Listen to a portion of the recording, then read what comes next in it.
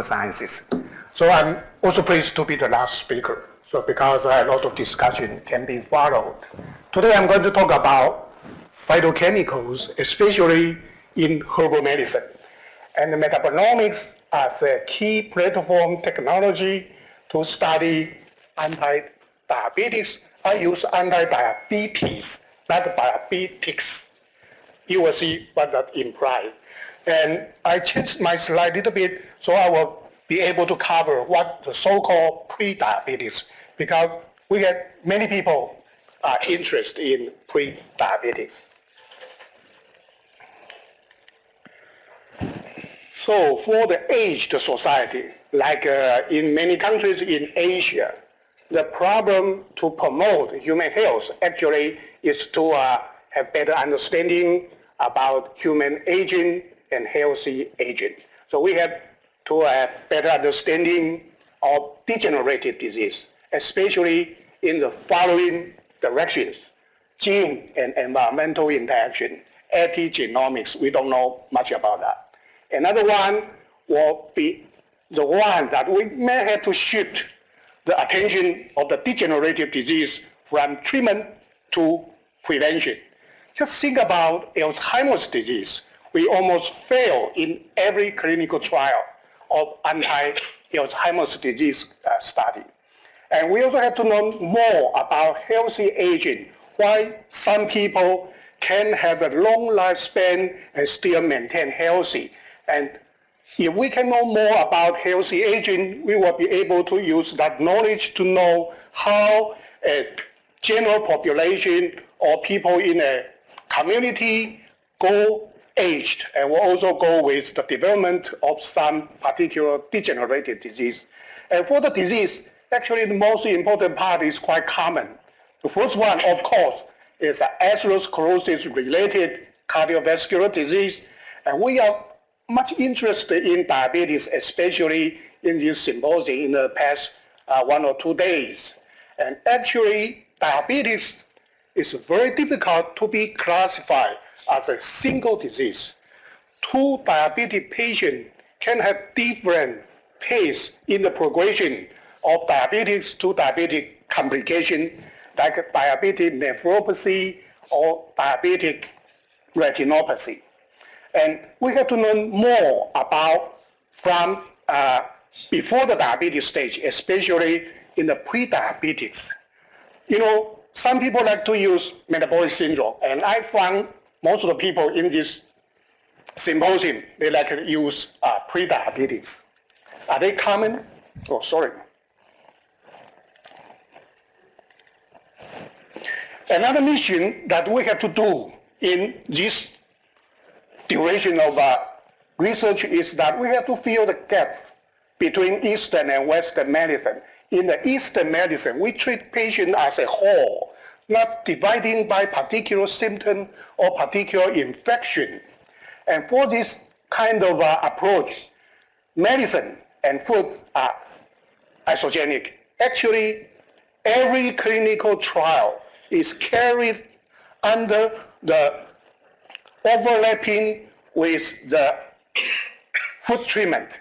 So actually, dietary intervention actually is on almost daily in the Eastern societies. Sorry. And you have to admit that many clinical trials on herbal medicine actually failed.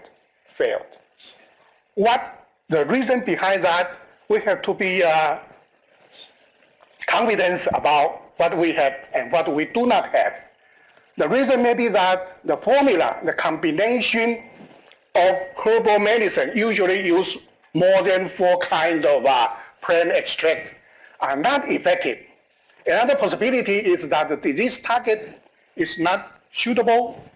Another way, actually, I think it's quite common. We have the experience try to look into those failed clinical studies to find explanation or to find the possibility to reuse the formula in particular stage of the human disease if the dosing is not right. I also find maybe the clinical study of Gourd may have the same problem. The dosing should be higher. in most of the cases, especially in the study that beyond surrogate marker, pathophysiological marker, if they are going to be observed as an endpoint in an animal study, the dose should be higher and the duration may be longer. So we have to find a disease. That is quite complicated even in the Western medicine. And we have to find the advantages of herbal medicine that can be used to manage the disease. So we choose atherosclerosis as the disease target because this disease is very interesting. Regression of atherosclerosis can take place by treating a very early stage of the disease pathogenesis. Say people already shows occlusion of particular area of their coronary artery, still can be treated with cholesterol lowering agent, and about 20 to 40% will be able to see the regression of atherosclerosis. So the characteristic of atherosclerosis is that they are reversible. So if herbal medicine can be effective, they must be able to exhibit the therapeutic potential in the early reversible stage. And if this is possible, maybe the combination of enriched active fractions that each one can inhibit the key events will be able to interrupt the progression of the disease. So combination therapy, just recommended by many speakers in this audience, and the inhibition of particular key events in the disease progression will be a good way to get the combination formula. So I'm going to introduce to you the key event in atherosclerosis. Of course, the first one is hyperlipidemia, especially elevated low-density lipoprotein cholesterol. And then we're followed by the disturbances of the endothelium. That means endothelium dysfunction or injury. And in quite early stage, oxide LDL will be uptaken by scavenger receptor of the activated macrophage to become the form cell. And eventually, the fatty streak will develop, and you will see the early sign of atherosclerotic plaque.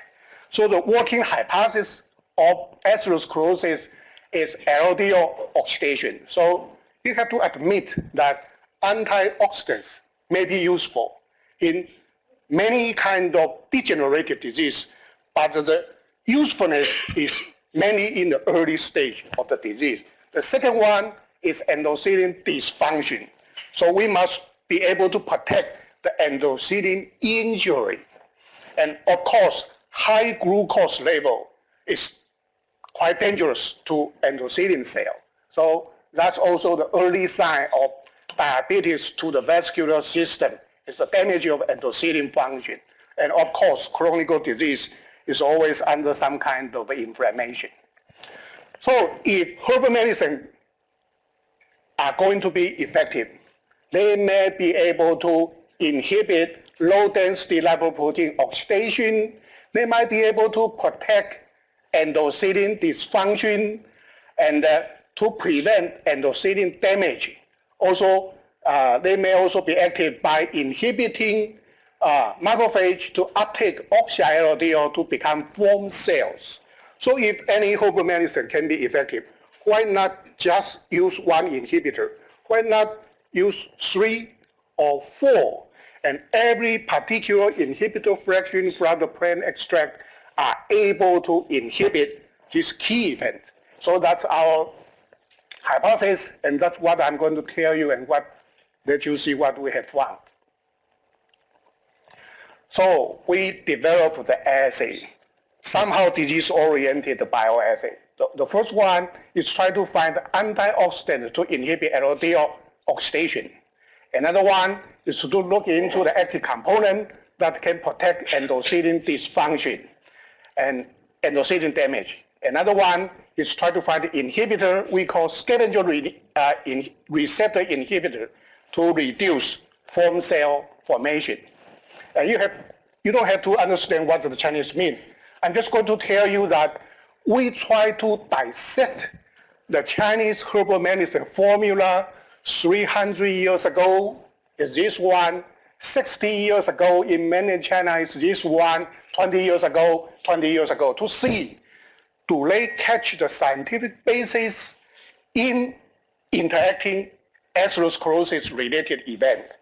And in my laboratory, we already screened over 2,000 phytochemicals, herbal extract of the formula to see will we be able to find scientific evidence to justify what I just said. Human LDL, oxidation of human LDL is involved in the uptake of oxide LDL by scavenger receptors. So antioxidants in the anti-atherosclerotic process must be the inhibitor to inhibit LDL oxidation. It is very interesting that in human low-density lipoprotein, every LDL particle contains 6 to 12 molecules of alpha-tocopherol. So if LDL is under oxidation, the antioxidants tocopherol will be oxidized first. And that's the stage you can observe in the assay as a lag phase. And after that, the polyunsaturated fatty acid attached to the phospholipid or cholesterol ester will be oxidized. And in the later stage, ApoB will be oxidized. So in the LDL oxidation, you can see a lag phase, a propagation phase, an extensively oxidized phase. So if antioxidants are effective, they must be able to prolong the lag phase or slow down the rate of oxidation. And that's the way you can identify strong antioxidants in this system. So we, based on our screening, I'm going to show you one of the potent antioxidants. The antioxidants that we identified that's supposed to be the most important one as compared to those known antioxidants is the one from salvia. We call salvinoic acid B. I will abbreviate, call this SALB. SALB prolong the lag phase very extensively and have the potency about 7 times than Probicol. Probicol was a clinical drug, now it's not commonly used. It is an antioxidant, it is also a cholesterol lowering drug. And salvinoic acid B is from Salvia meteoriza, and we look into the natural product. Among the 100 phytochemicals in this plant, you can see that their origin is quite common. The 6-carbon unit, the dimer of the 6-carbon unit, rosmarinic acid actually is common and also a health food in Western societies, and salvinoic acid A, salvinoic acid B actually is the polymer of 4C6 unit. So this one is a polyphenolic acid with ring skeleton, and that I think is very important. I'm going to go back to this again. So the second one will be the one to look into inhibitor that will be able to protect human aortic endothelium cell damaged by oxide LDL. And that must be also the key event in the disease pathogenesis. So you can see that this is the control cultured hex cell. Oxide LDL will cause cell apoptosis and the extract from the plant. And this one is also a salvinoic acid B. We find these antioxidants also have this kind of function, and they will be able to protect some of the endothelium death. So from the assay, if the assay is well designed, actually you can find many, many interesting compounds. Of course, we find some agents that are able to inhibit LDL-induced endothelium injury. And if we add glucose to the culture medium and also add oxide LDL and to use that kind of combination to check what's the agent that are also able to inhibit high glucose-induced human aortic endothelium cell damage, this kind of reagent can be used for some kind of combination treatment for the diabetes or diabetic accelerated atherosclerosis. And of course, we are also able to find some phytochemicals that are strongly stimulate endothelium cell proliferation. And that can be good for progenital endothelium cell, and of course that purpose is not easily politically used right now. And endothelium cell damage actually is a very important and very central key role in the progression of atherosclerosis accelerated by diabetes. So if we treat ApoE deficient mice with streptozotocin to induce diabetes, you can see that you may not be able to see from behind. We stain the endothelium layer with the antibody against connexin 40 and connexin 47. You can see that in the control, the contour of the endothelium cell is intact. But once treated with streptozotocin to induce diabetes, the contour of endothelium lining in the endothelium layer actually is very badly damaged. So early sign and early days of diabetes to the endothelium cell may be the damage of endothelium function and the damage of endothelium integrity. Another very important thing is, can we find scavenger receptor to block the uptake of macrophage to oxidized because that's also the key event in the form cell formation. So we search for a scavenger receptor inhibitor. The assay is done like this one. We use mouse J774A.1, and then we add oxide-LDL. If oxide-LDL is uptaken by macrophage, you will be able to stain the cell by all your red.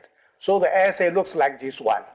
This is the control cultured macrophage. When we put in oxide-LDL, you can see that oxide-LDL is uptaken by macrophage, so you can stain and see that all red, oil red staining spot. And hyaluronic acid is the one we use as a positive control. I will show you the structure of hyaluronic acid. This one is a fungal secondary metabolite. And we screen many herbal extracts.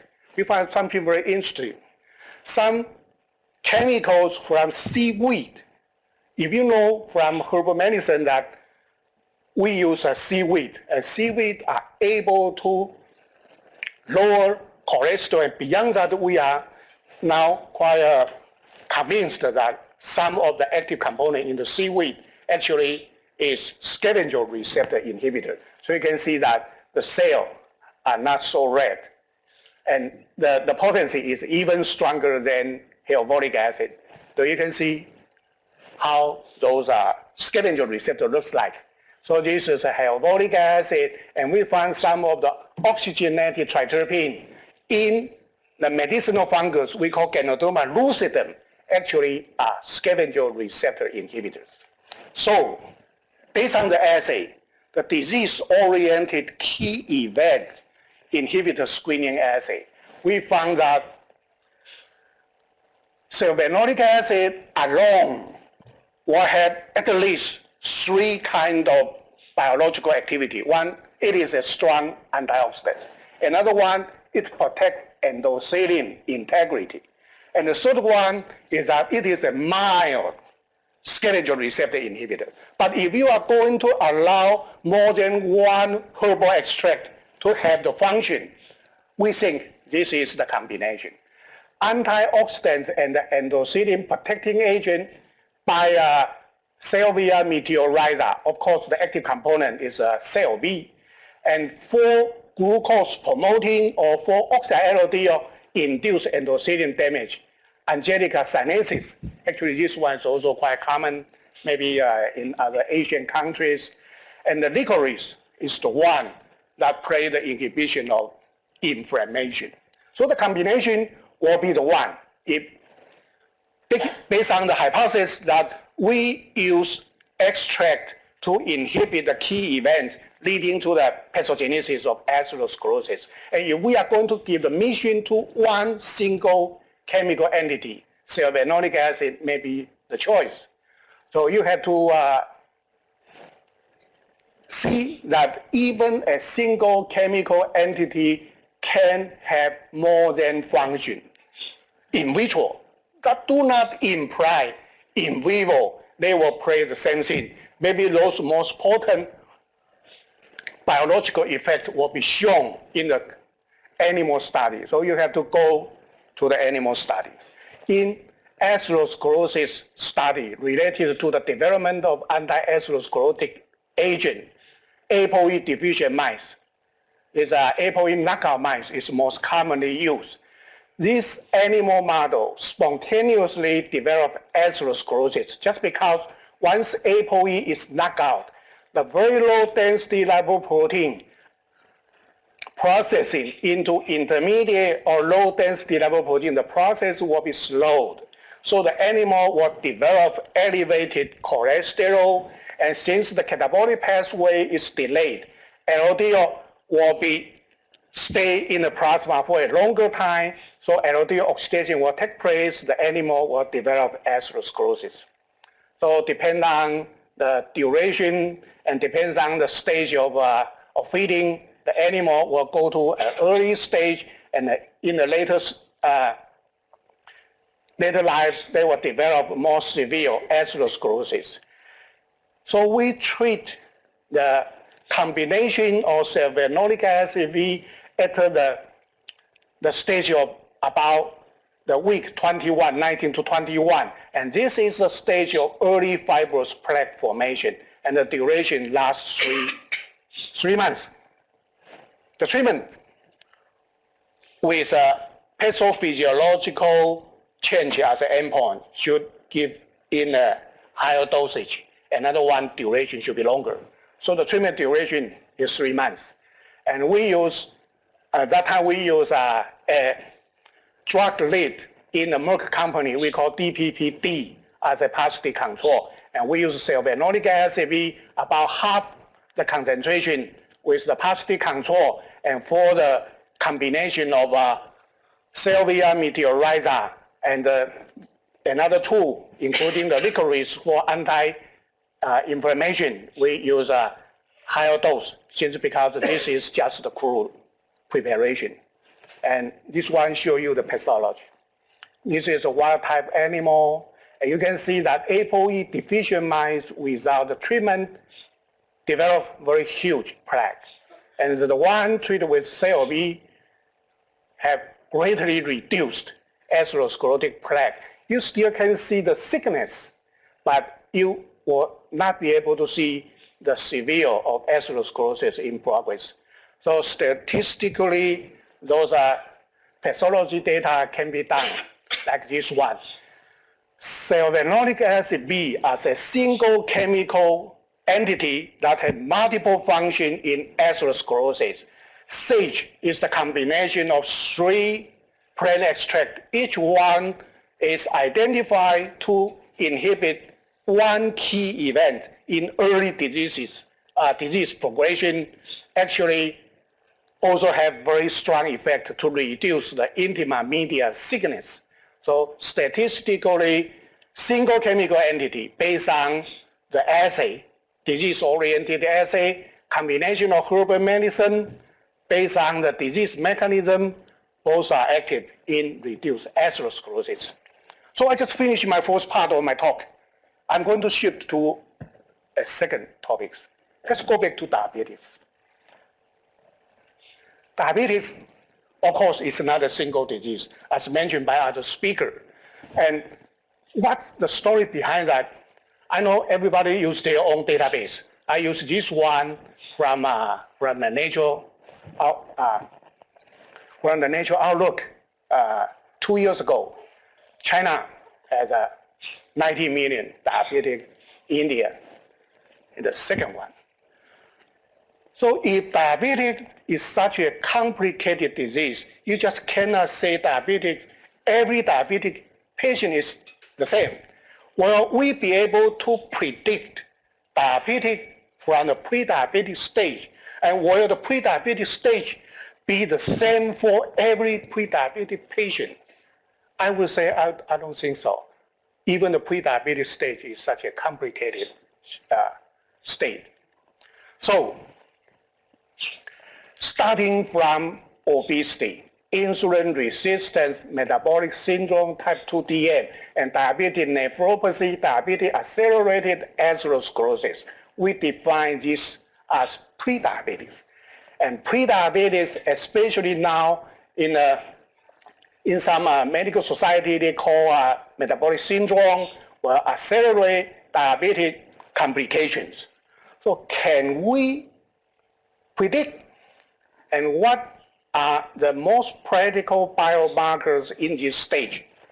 And I myself have some doubt that if diabetes, you can use plasma glucose as a marker, can pre-diabetics use the same biomarker? Because in the pre-diabetic stage, even the plasma glucose level is not varied greatly. From 100 to 125, the range is too narrow. Will we be able to find a cluster or a portfolio of biomarkers that are better way to describe pre-diabetes?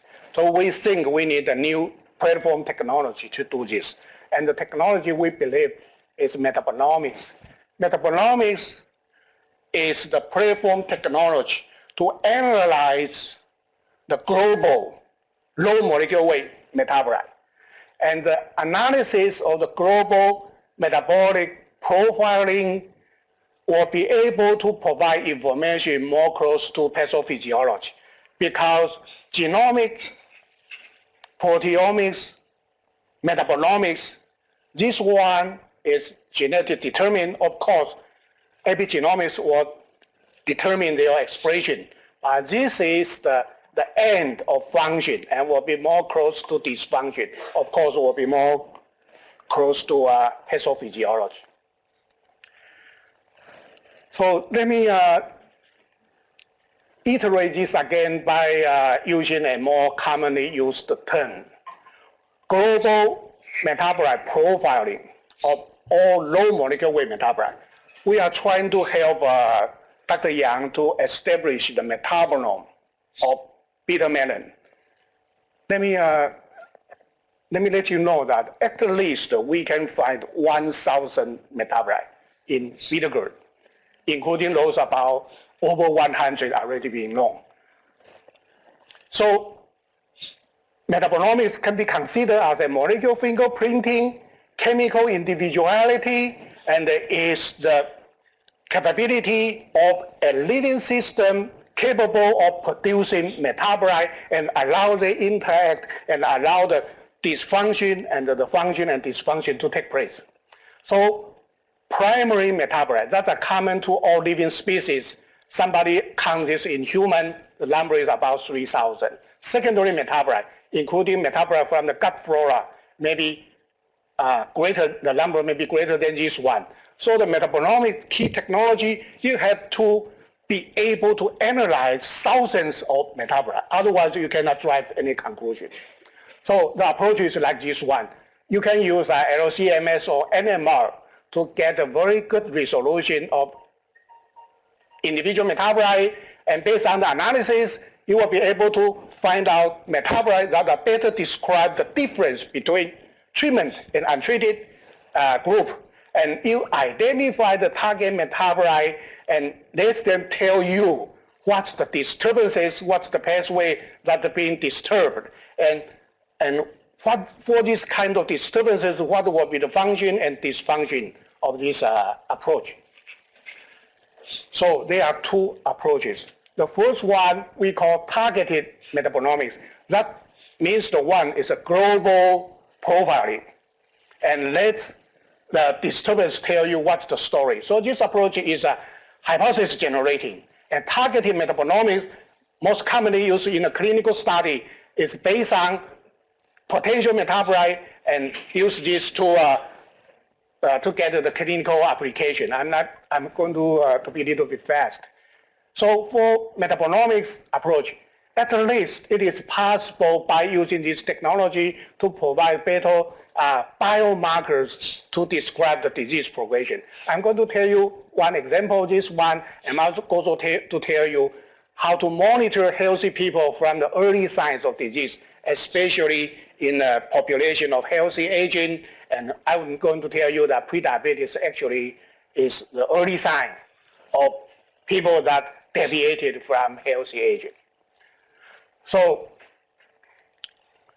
we have carried out at least 3 studies. The first one is the so-called hypothesis-driven. We carry out animal study by feeding high fructose. This one will give insulin resistance and high lipid group, and the STG treated, this one will produce diabetic animal. So this is an animal study for hypothesis-driven. And the second one is a clinical study based on a community cohort to see if the one observed in the animal study will be validated or will be found in the same trend in a pre-diabetic, and what may be the pre-diabetic biomarker. And third one is also a clinical study carried out in a healthy aged community cohort. And this one we use about 200 people, and 100 people were put into the final analysis, and this one we have about 400 healthy residents in this clinical cohort. So I'm going to tell you the result very quickly. So animal treated with a high lipid diet, high fructose diet, and compared with control, what are the disturbances of the global metabolite? You may not be able to see from the back. Just tell me what I'm telling you. The pathway that disturbed in high fructose fat and high lipid fat compared to the normal, the most greatly affected pathway is tryptophan metabolism. Another one is a muscle-related histidine metabolism. So even in the early sign of insulin resistance in the animal muscle amino acid metabolism is affected. And when we go to the citric acid cycle actually is not greatly affected in the early insulin resistance stage, but in the diabetes state, all the TCA cycle intermediate is greatly reduced in the urine. This is the urine metabolism. So tryptophan metabolism is greatly disturbed in pre-diabetic state. So can we look into this phenomena more closely and look into what's the disturbed metabolite in tryptophan metabolic pathway? And that can be done. And maybe you also cannot see this one, but let me tell you that there are 4 catabolic pathways in tryptophan metabolism. The first one will be very similar to histidine pathway that will produce histamine. This one will produce tryptamine. The second one is very important because serotonin and the melatonin are produced. These important biogenic amine are produced by this pathway. The third one is very short, but actually use a lot of flux. This is the one affected by gut microflora.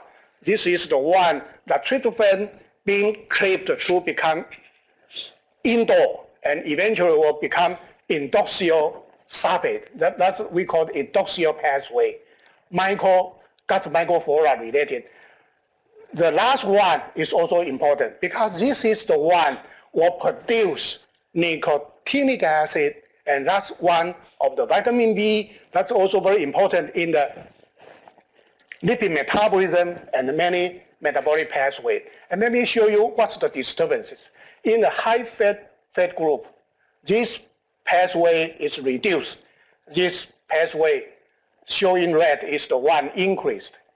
And this is in the high lipid feeding group. So you can see that high fructose fat and high lipid fat animal actually develop the urine metabolism very similar, but they are so distinct from the diabetes. So when you look into the tryptophan concentration in the urine, in the control group, in the HF group, in the HL group, in the DM group. In the DM group, there's a great wasting of tryptophan into the urine. And when you look into the end product of tryptophan catabolic pathway, that is the nicotinic acid and trigonelline. Nicotinic acid is the nicotinic acid conjugated with glycine.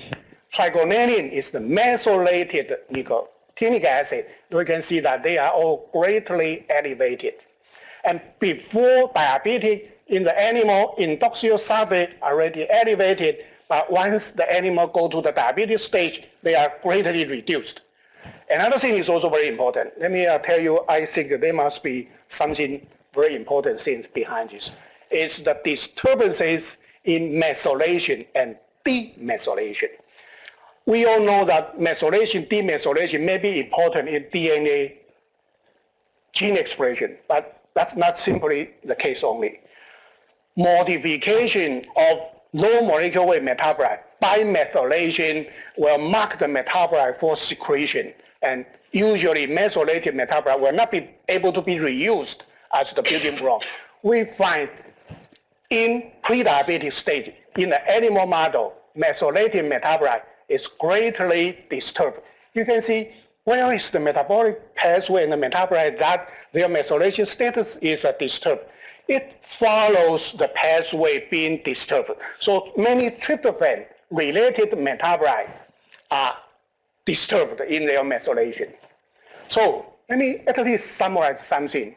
We used to say that in the progression of atherosclerosis, even accelerated by metabolic syndrome, the vascular system, the adipose, the liver play the role, many roles. But we have to see actually one thing we have to be more concentrated and more careful about that is muscle. Muscle protein wasting, muscle amino acid turnover is already disturbed. Very early stage is the disturbances in the muscle processing. And in the later stage of type 2 diabetes patient, you don't see the obese people in the later stage of type 2 diabetes. So in the later stage, the important metabolite that may contribute in between tissue and organs, maybe the one from liver and from vascular system, because the adipose tissue already shrink, the muscle wasting already very severe.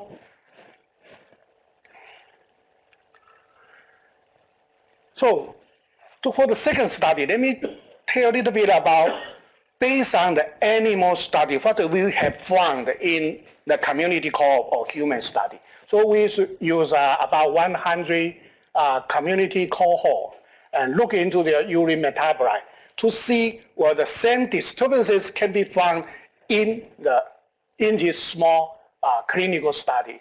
So we find a very similar things. We find even more dramatic changes in the later stage of tryptophan catabolic pathway. We find nicotinic acid is the one that can better describe the disturbances, say in BMI, in blood pressure correlated with plasma cholesterol and plasma triglycerol, even CRP. So not simply the essential amino acid, including branch chain amino acid, but also tryptophan metabolism is greatly disturbed in early stage of diabetes. You can call that pre-diabetes, you can call that metabolic syndrome. And the disturbances have the tendency that tryptophan being catabolically metabolized, wasted, secreted from urine. Another one is extensively oxidized to the later stage. So nicotinic acid, we think, is a potential biomarker of metabolic syndrome based on our metabolomics approach. So this is, okay, I will go very fast. So it is the NAD catabolic pathway. One is trigonelline, one is the nicotinic acid. So let me at least make a summary for you to see. In the early stage of, pre-diabetes, tryptophan metabolism is important, especially in the later catabolic metabolite like nicotinic acid. Another one is branch chain amino acid, not the intermediate in the TCA cycle. It's an intermediate of essential amino acid, and it is the ketogenic amino acid catabolic pathway. And some of the lipid intermediate is also wasting, and that's acylcarnitine is increasing. And another one is distributed methylation, demethylation. So let me just use 3 slides to tell you about the final story. So in our university and medical care system, we have a residence area for those still healthy but very aged people. So the mean age is 81. In the lifespan of Taiwan, for female, it is exactly 81, 82. For male, it is 76. And those residents should be quite capable of his own management without any assist from the medical care. So they are healthy aged community. And they have very similar dietary habit and lifestyle because they live together, they eat together. So epigenomic factor is quite common there. And since they are taken care of by the medical system of our hospital system, so we have good record for their medical care. So what happened to their urine metabolite? They must be healthy aged. So what's metabolite profile? This is a principal component analysis. Let me just tell you one thing you will agree with, is that their metabolite are so highly clustered. Okay. But you still be able to see that some of the metabolites start to be deviated from the clustering. And what are the deviated metabolites? We check the metabolite and identify the structure of that one. And let me show you what are they. If they are appearing in the early stage of these residents, they mainly are quite healthy, aged healthy, and you will be able to see they must be the early sign that deviated from healthy aging. So they can be divided into 3 groups. You can see the red one is the one deviate into this direction, this direction, this direction. What are they? You only have to look into the next slide and take home this message. That's very important. Those appeared disturbances in their urine metabolite are related to the early sign of prediabetes. So if you are going to have a long lifespan, healthy aging, don't get diabetes. And this kind of biomarkers is based on the metabolomic approach, not simply just plasma glucose level. Another one is that they must have good gut microflora, because some of the metabolites that are not directly metabolized by the host are metabolized by the gut microflora, like some bile acid, like some tryptophan metabolite, phenylalanine metabolite. Another one is that they must be able to keep good energy metabolism. So let me finish my talk by using this almost the last one. So beta Gourd. Everybody talk about beta Gourd in the pre-diabetes. Maybe we have to look into more extensively, not just using plasma glucose as the only endpoint. Another one, will that be possible that combination of beta Gourd with something else will be even more healthful? Yeah. And we will be able to think about, based on the findings we have and other scientists, we may be able to think about a healthy agent must also have a healthy gut microflora. And from the lifespan of 85 to the expected lifespan of 122, we must be able to do something. And dietary intervention must be one of the route.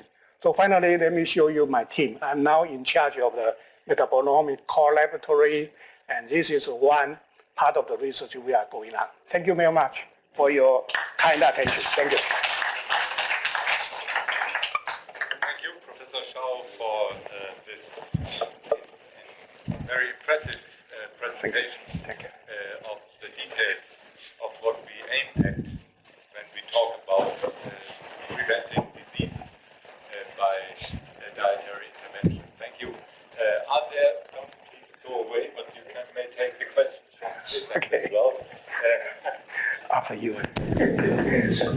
So, who wants to raise an immediate question to this presentation?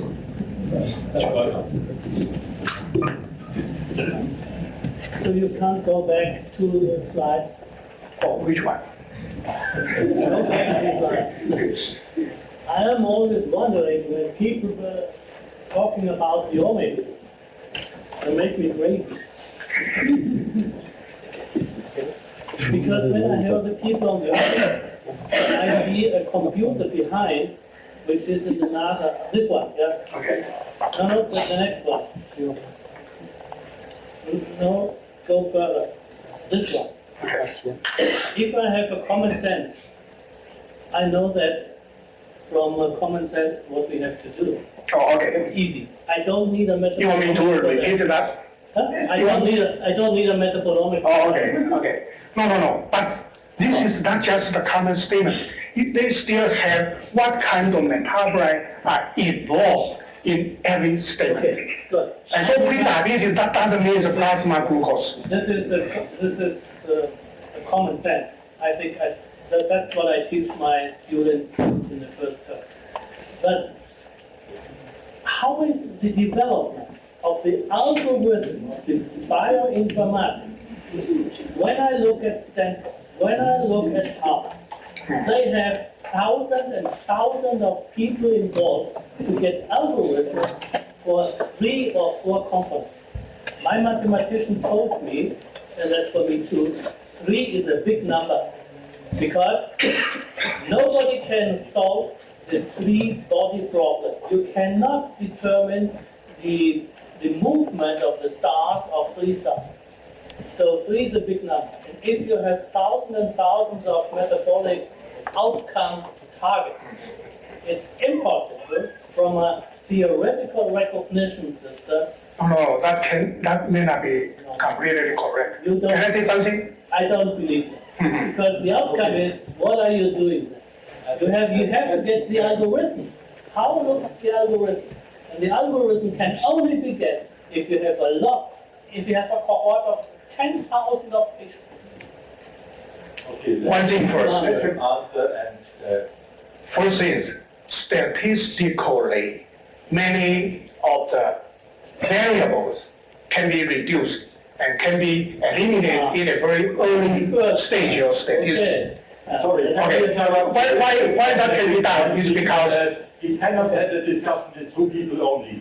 So please, Professor Schenker, let's speak now and then let the floor open for other people.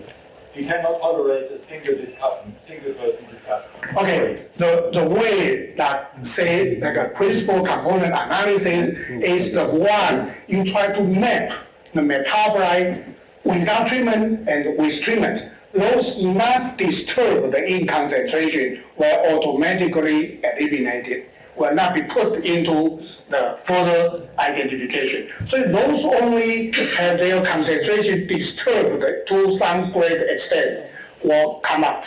So for a profiling, say about 3,000 metabolite, we will be able to concentrate only into, say, 100. That's 100 metabolite is the one disturbed. And then we try to identify those 100 we call targeting metabolite and put those on the map. Then you will what is the map? That's the metabolic pathway. Say, if we find tryptophan catabolic pathway can be identified for their metabolite, say, among the 20 metabolite, they can be hit by 15 times. Then we know that pathway is disturbed. So how can we use on the scattering crew data for driving the conclusion about the disturbed pathway is the one we base on the statistical analysis that not affected metabolite will automatically be deleted. Those disturbed metabolite will be considered as a target metabolite and they will be put into the pathway. And not just by one pathway, you have to correlate multiple pathways that you can give them a good explanation and you will still be able to rely on another study, say another repeated animal study or another clinical study to validate that. So the first study always is like a learning study, like a hypothesis driven, and you have to validate what you have found. Well, it may allow us to discuss really how to get forward with joint approaches. that we mentioned actually 4 aspects. As we always have a certain risk that we break into the different disciplines too much when we sit together. I think one of the great advantages of this conference is that we all sit together, and I'd like to thank all attendants for their respect and their patience for listening to the experts from the various fields and the other disciplines. Usually the medical people are sitting together, nutrition people, agriculture people, plant breeding people, economics people in economics are sitting together. And what is really impressive since yesterday is that we all listen to each other in this setting. And as I said, thank you very much for your patience and the respect for the different disciplines. I think the interdisciplinary approach, which we need also to elaborate in the discussion, means that we don't have a feeling of competition or domination, that all aspects which have been put on the table are of the same value. All the different disciplines have brought in things with the same value, and to go ahead, maybe something we need to think further and to consider is that we really focus on linkages between our disciplines and not too much on the individual disciplines and the achievements in the individual disciplines. The linkages are the challenge for the final discussion, I think, as we have now got a broad picture from plant breeding, germplasm research, through farming, through consumption, through marketing, through economic aspects and nutrition and health. And to find these linkages, I think it's important to go back to the common or joint objective under which we met. And I really think it's remarkable how we managed to focus on the bitter goal from the different aspects. And I think it's to be appreciated that ADRDC has taken the lead because your special aspect is more in horticulture and more in agricultural economics and germplasm research, but to put forward also the nutrition and health effects of bitter gourd really brought the big group together. But I don't want to do the discussion alone. I would like to get your comments and your questions to our speakers of the afternoon and to the general aspect, how to get forward.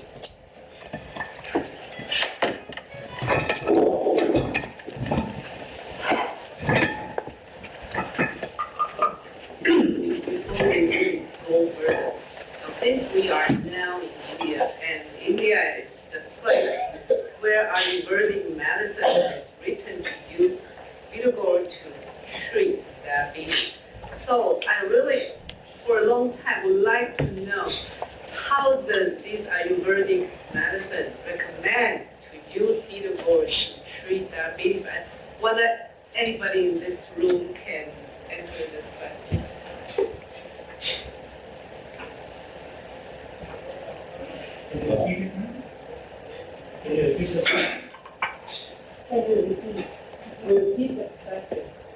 How is the Ayurvedic medicine in India recommend to use bitter gourd to treat diabetes?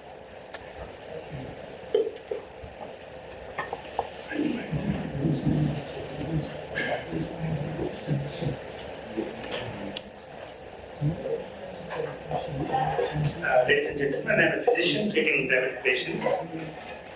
So, as a matter of fact, yesterday the director of the National Institute of Nutrition has also spoken, and today Dr. Bigara also has given a lecture saying that though bitter gourd is known as antidiabetic through the ages, but there are no authentic papers to prescribe and treat it as a medication. So we do know that diabetes plays a role in treatment. So as as a physician I'm speaking, whenever a diabetic patient comes, I explain him, see, diabetes is a sweet disease. So naturally, anything bitter is good for you. It balances. So you're a sweet person, take a bitter thing. Bitter things are bitter gourd, methi, neem leaves, all these things are safe and non-controversial in India. So you can take them, you can try them. And if you are in pre-diabetics, so you can try this, do exercise and take these diet regulations to maintain your HbA1c levels between 5.5 to 6.5. So that is a pre-diabetic era. So he follows all the instructions. And if he is good enough, he by this diet and exercise, that's fine. He will continue throughout his life. If not, if he is jumping into diabetics, then diet and exercise will not be sufficient. He will have to take medication. Medication, maybe the oral tablets or insulin injection. So now I am stimulated. I am thinking of taking the Gourd's help in getting the bitter gourd powder or whatever it is, whatever form it is available in Taiwan or here, and we will definitely experiment it on persons, patients, not diabetic, because in ICRISAT is a very disciplined 1,000 employees we have, and I can mobilize them for studies, and in that way that will be a further step in the future. But as of now, diabetes is only conventional grandmother treatment. Maybe we can take help of Ayurvedic professors who are giving Ayurvedic medicine to treat diabetes, medicine plans, which include vitamin D. So there was a slide shown by P.V. Rao, Gourd PV something, which contains 5-6 medicinal plants given in one capsule form, and he has made millions. Remember his name? Some DB, that is DM. Ojan DB, it is only there. All products of all biologics, methi, neem leaves, bitter gourd, all those things he has included in one capsule and given it. Whether it does control or not, God only knows. That is the present situation. Thank you. If our feeding trial proves beyond doubt that bitter gourd is good and it reduces the blood sugar, controls the blood sugar level in pre-diabetes, after proving that we have to arrive at the proper dosage, which form is good, if it is a powder form, what is the final dosage that will be given, if it is a raw form or cannot be consuming only the powder form, if it is a raw form, how much they have to consume, how long or in what form it is good, and which variety is good, all those things we have to put together, and we will have to put out some education material for because now everybody knows, but people are not very clear in what form, how long, whether it is good and how many is good. After our people want many doctors in our area during the survey said we want some scientific data also. So that scientific data actually now we are generating. After proving that it is really good, we have arrived at some conclusions and produce some education So the Ayurvedic medicine did not recommend the dose or raw or cooked or anything else? What forms are being consumed now? Only say just how would it be? Even at household level, people are now using on it. Even at household level, people do consume.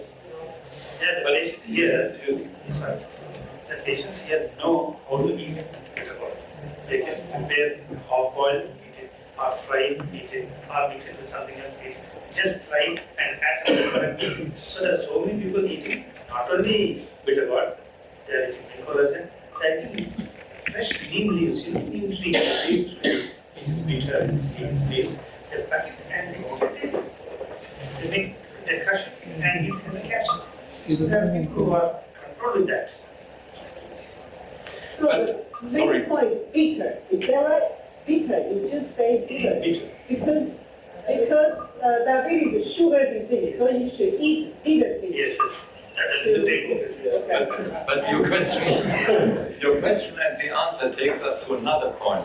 I'm not sure if our understanding of the disease entity, glucose metabolism, impaired glucose tolerance, diabetes, is that has an equivalent in Ayurvedic medicine. Maybe it's a different concept of disease, and we try just to catch or to grasp what Ayurvedic medicine and our concept of diabetes can have in common and how this can be linked. We may have to think much more about a non-Archimedes or non-Western concept of diabetes when you say it's a sweet disease. The traditional Chinese medicine defines this diabetes as a symptom that you are so thirsty, you eat all the time, you're hungry all the time, and you go to the toilet many times. So that's the symptom. Is it the same here? Yeah, they are the symptoms. Yes, it is the same. Madam, in any research, we want to find out something new, unknown. But in this particular research, we already know we want to prove it scientifically.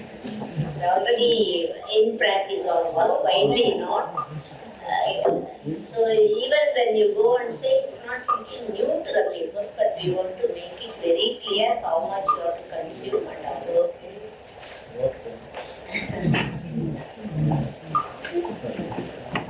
Well, at the moment I don't see another, oh, now I see another hand coming up. Please.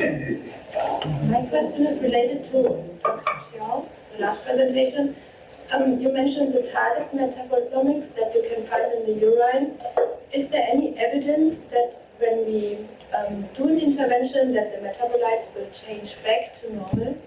Can that be used as an outcome measurement? Okay, if you believe that early sign of diabetes during the pre-diabetes stage, you can find disturbed branch-chain amino acid in the urine and in the plasma are elevated. That's one thing. And some of the lipid metabolites are also halfway catabolized and secreted, like the lipo-PC, free fatty acid, short chain, medium chain, long chain acid candidates are wasting.